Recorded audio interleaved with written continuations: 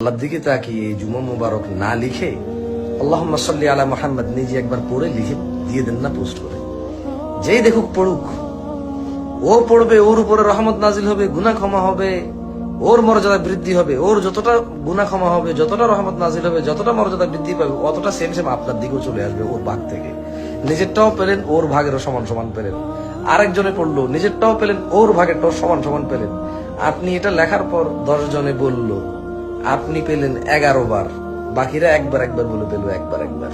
আপনি একবার প্রচার করে পেলেন 11 বার। 100 জনে দেখলে আপনি পেলেন 101 বার। 1000 মানুষে দেখলে আপনি পেলেন 1001 বার। 1 লক্ষ মানুষে জানলে আপনি পেলেন 1 লক্ষ 1 বার।